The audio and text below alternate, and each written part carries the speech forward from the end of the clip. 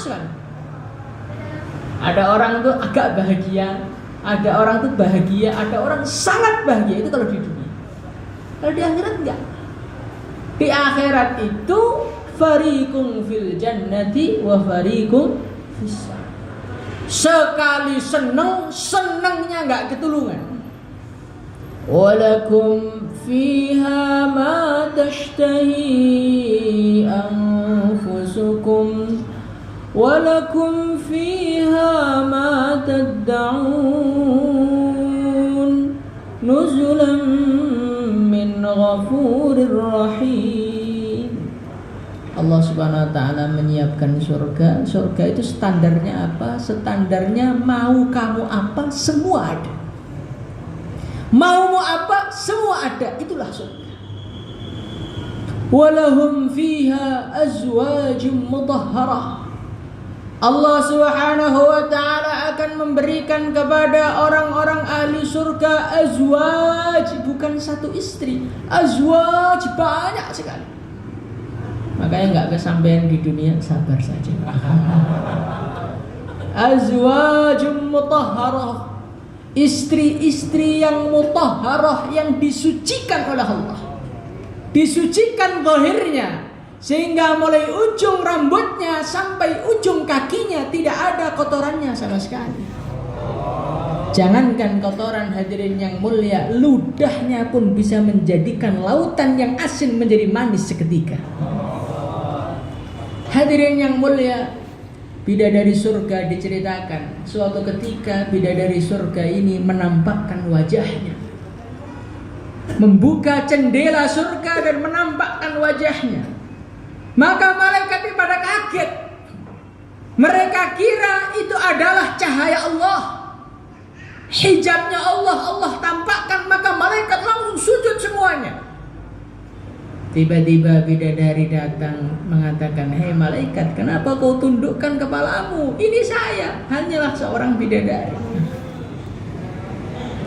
Hadirin yang muliakan Allah Subhanahu wa taala, dalam satu hadis Rasulullah sallallahu alaihi wasallam beliau mengatakan, beliau bersabda, andai kata seorang, bukan banyak, seorang bidadari Allah turunkan ke dunia, la taqatalu, maka mereka akan saling berperang untuk merebutkan bidadari.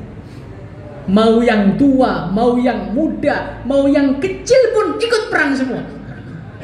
Kadang-kadang yang tua itu kalau sudah tua sudah nggak ada semangat lagi, hadirin yang mulia. Itu karena yang dilihat wanita dunia.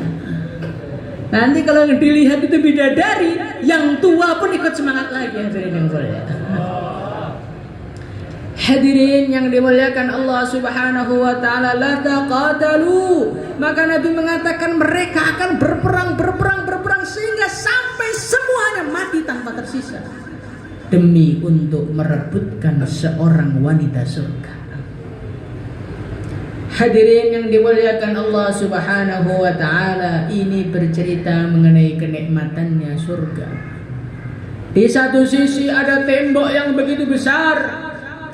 Di satu sisi ada satu tempat yang betul-betul menyedihkan. Itulah tempatnya orang-orang ahli neraka. Orang-orang ahli neraka disiksa oleh Allah. Disiksa. Sampai mereka berteriak, wahum yastarihuna fiha, Rabbana akhrijna na'mal salihah ghairal ladzi kunna na'mal. Ya Allah, kembalikan kami ke dunia ya Allah, keluarkan kami dari neraka ya Allah. Pokoknya kami berjanji kami akan jadi orang soleh ya Allah. Kami akan keluar 4 bulan ya Allah. Kami akan ngaji sampai tahasus ya Allah. Hadirin yang mulia, tapi Allah mengatakan kepada mereka, awalam nu'ammirkum ma yatadzakkaru fihi man tadzakkar wa ja'akumun nadhir. Hai manusia, bukankah aku telah memberimu umur? Bukanlah aku telah memberikan kesempatan kepadamu di dunia? Sudah ada yang mengingatkan kamu, tapi kamu tidak peduli dengan semua itu. Silahkan nikmati saja neraka. Hadirin yang dimuliakan Allah Subhanahu wa taala, orang neraka itu mereka kelaparan. Ketika mereka lapar, ketika mereka kehausan minta air kepada Allah, maka dikasih air yang begitu panas, sekali minum langsung keluar semua ususnya. Naudzubillah. Di tengah-tengah mereka menderita, tiba-tiba Allah tampakkan keindahan surga kepada mereka. Orang tuh kalau lapar nggak ngelihat itu biasa, Pak. Tapi lapar terus melihat orang makan, lebih menderita. Jomblo belum laku nikah, itu kalau nggak ada yang tanya biasa. Tapi kalau dia diundang di walimahan, hancur hatinya. Hadirin yang dimuliakan Allah Subhanahu wa taala, Masya Allah. Masih ada di sini yang tua-tua? Ini alumni kayaknya banyak nih. Hadirin yang muliakan Allah Subhanahu wa taala, diceritakan dalam Al-Qur'an ketika orang-orang ahli neraka melihat pemandangan surga. Melihat orang-orang surga, mereka bersandar-sandaran dengan istrinya, ditemani dengan berbagai macam makanan yang begitu lezatnya. Mereka berteriak, wa nada ashabun nari ashabal jannah an afidu alaina minal ma'i aw mimma razaqakumullah. Qalu inna allaha harramahuma 'alal kafirin. Orang-orang ahli neraka ini teriak-teriak, hei ahli surga, bagi dong makanannya. Sisa-sisa gak apa-apa, cuil-cuilan kurma, sisa-sisa air, aqua gelasnya yang sisa, umpamanya ada. Maka orang ahli surga mengatakan, hei ahli neraka, maaf, ini semua haram untuk kalian. Hadirin yang mulia, inilah keadaan yang akan dihadapi oleh semua manusia yang ada di dunia. Jurusan kita ya kalau enggak surga ya neraka, itulah pilihan. Diceritakan dalam satu hadis, setiap orang itu mempunyai dua rumah. Satu rumah di surga dan satu rumah di neraka. Orang-orang yang akhirnya masuk neraka, naudzubillah, dikasih tahu oleh malaikat, hei ahli neraka, sebetulnya kamu dulu punya rumah di surga loh. Bidadarinya ada, makanannya ada, pelayannya ada. Cuman sayangnya kamu gak tempatin, akhirnya semua tempat-tempat yang ada di surga itu diberikan kepada orang lain. Maka diceritakan dalam hadis, orang ahli surga itu istrinya dua jenis, Pak. Ada perawan, ada janda. Semua masih utuh, tapi yang janda itu maksudnya calon-calon istrinya ahli neraka yang gak jadi mereka tempati di sana, dibagikan kepada ahli surga. Hadirin yang dimuliakan Allah Subhanahu wa taala, maka apa yang harus kita persiapkan untuk menghadapi kehidupan yang selama-lamanya, untuk menghadapi hisabnya Allah, untuk menghadapi kubur kita, untuk menghadapi barzakh kita, untuk menghadapi mahsyar kita, untuk menghadapi sirat kita, untuk menghadapi salah satu surgakah atau nerakakah, apa yang harus kita siapkan? Hadirin yang mulia, orang yang paling tahu keadaan akhirat adalah para nabi. Maka persiapan yang paling baik untuk menyambut akhirat adalah kalau kita mengikuti persiapannya para nabi.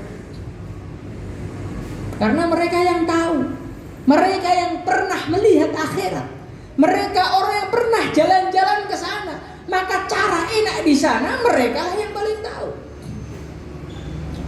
Hadirin yang mulia, kalau persiapan akhirat berupa sholatnya, kita sudah sering dengar. Kalau persiapan akhirat berupa sedekah, kita sering dengar. Kalau persiapan akhirat berupa dakwah, kita sering dengar. Ada satu persiapan yang mereka lakukan, yang Allah Subhanahu wa ta'ala sampaikan berulang-ulang kali di Quran. Di antara persiapan mereka yang sering diulang-ulang oleh Allah adalah permintaan mereka untuk anak-anak mereka. Allah Subhanahu wa ta'ala bercerita mengenai Nabi Ibrahim alaihi salatu wassalam. Beliau mengatakan, Rabbi habli minas salihin. Di antara bentuk persiapan beliau untuk menyambut akhirat adalah minta anak-anak yang soleh kepada Allah. Hadirin yang mulia, para nabi, para rasul adalah semulia-mulianya orang. Para nabi, para rasul adalah sehebat-hebatnya orang. Walaupun seperti itu, walaupun ada pepatah di dalam bahasa Indonesia, harimau pasti akan melahirkan harimau, orang soleh pasti akan melahirkan anak yang soleh, tetapi semua itu dibantah oleh doanya para nabi. Para nabi alaihi salatu wassalam untuk persiapan akhirat mereka menangis kepada Allah. Mereka minta kepada Allah kehadiran anak-anak soleh di dalam kehidupan mereka. إِذْ نَادَى رَبَّهُ نِدَاءً خَفِيًّا. Nabi Zakaria alaihi salatu wassalam, seorang nabi, seorang rasul. Umurnya sudah tua, belum dianugerahi seorang putra di dalam kehidupannya. Maka di malam hari yang betul-betul gelap gulita, di saat manusia sedang asik dengan tempat tidurnya, dikala hewan-hewan sedang nyenyak dengan mimpinya, Nabi Zakaria berbisik-bisik dengan Tuhannya. إِذْ نَادَى رَبَّهُ نِدَاءً خَفِيًّا. Beliau berbisik-bisik dengan Allah dengan suara yang tidak ada manusia pun yang bisa mendengarnya. Qala rabbi inni wahana al-'azmu minni washta'ala ar-ra'su shayban wa lam akun bidu'aika rabbi syaqiyya. Ya Allah, tulangku sudah rapuh ya Allah, rambutku sudah memutih ya Allah, tetapi ya Allah, walaupun keadaan menuntutku untuk berputus asa kepadamu, walaupun keadaan memaksaku untuk menyerah, hadirin yang mulia, tetapi walam akum bidu'aika rabbi syaqiyya, aku yakin ya Allah, aku yakin ya Allah, tidak ada ceritanya orang yang doa kepadamu kemudian akhirnya dia celaka ya Allah. Hadirin yang mulia, doa seorang ayah yang menantikan kehadiran seorang putra, doa seorang ayah yang disertai dengan keyakinan yang luar biasa, doa seorang ayah yang disertai dengan harapan yang besar kepada sang penguasa. Hadirin yang mulia, Allah Subhanahu wa ta'ala mendengar doanya dan menganugerahkan seorang putra yang bernama Nabi Yahya, belum lahir di dunia sudah diberi nama oleh Allah Ta'ala. Hadirin yang muliakan Allah Subhanahu wa ta'ala, Nabi Zakaria minta anak yang soleh, Nabi Ibrahim minta anak yang soleh. Baginda Nabi, Rabbana hablana min azwajina wa dzurriyyatina qurrata a'yun. Ya Allah, jadikanlah anak-anakku, istri-istriku menjadi penyejuk mataku. Idz qalat imra'atu Imran, Rabbi inni nadhartu laka ma fi batni muharrara. Ya Allah, saya bernadar apa yang ada di perut saya ini ya Allah, bebas dari segala urusan dunia, pokoknya hanya jadi ahli agama. Pertanyaannya adalah, kenapa mereka minta seperti itu? Kenapa mereka tidak doa, ya Allah jadikanlah anak saya ya Allah sebagai orang yang kaya raya, sebagai orang yang nanti bisa memperluas rumah saya, sebagai orang yang bisa memperluas sawah saya. Kok nggak ada sih para nabi yang doanya kayak gitu? Kok nggak ada para nabi yang mengatakan, ya Allah jadikanlah anak saya presiden Indonesia? Kok nggak ada? Nggak ada para nabi pengen jadi orang kaya, para nabi ingin jadi pejabat. Kok nggak ada? Kok pengennya anak soleh itu kenapa? Hadirin yang mulia, karena mereka adalah manusia yang terpintar di dunia. Menurut mereka orang-orang minta anaknya jadi orang kaya, bodoh. Menurut mereka orang-orang minta anaknya menjadi orang-orang pejabat, bodoh. Hadirin yang mulia. Kenapa? Karena jabatan sebentar lagi akan hilang. Kekayaan sebentar lagi akan ditinggalkan. Kepentingan seorang anak yang soleh ini akan baru terasa ketika seorang manusia sudah di hadapan Allah. Ketika seorang manusia sudah berpisah antara nyawa dengan jasadnya. Ketika harta sudah tidak laku. Ketika jabatan sudah tidak laku. Saat itulah anak-anak yang mondok baru tampak hebatnya.